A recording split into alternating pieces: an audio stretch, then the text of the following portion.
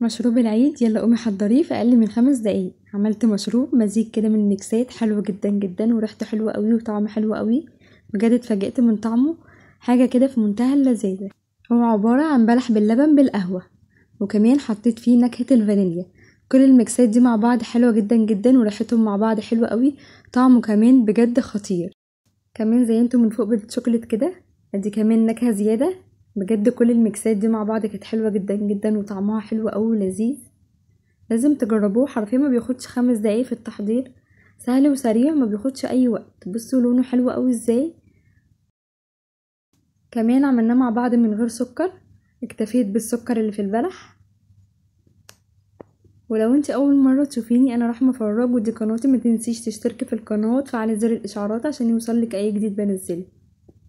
بصوا شكله حلو قوي ازاي. يلا بينا نشوف الطريقه بتاعته عامله ازاي.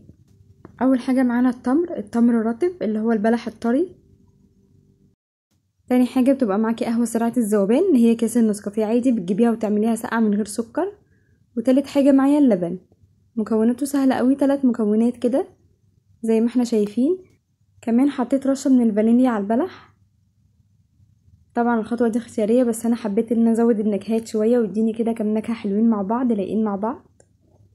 وهناخد بقى كل ده مع بعض كده على الخلاط على طول. حطينا البلح، مش هنحط سكر، هنكتفي بالسكر بتاع البلح. وكمان حطينا اللبن،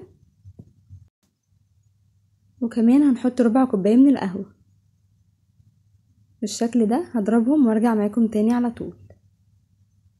هنحضر الكوباية اللي هنصب فيها، وهنحط فيها شوية قهوة من تحت كده. وبعدين هنبدأ ننزل بالعصير اللي احنا ضربناه مع بعض في الخلاط. بصوا بجد لونه حلو قوي ازاي، وكمان قوامه حلو جدا جدا زي ما احنا شايفين بالشكل ده.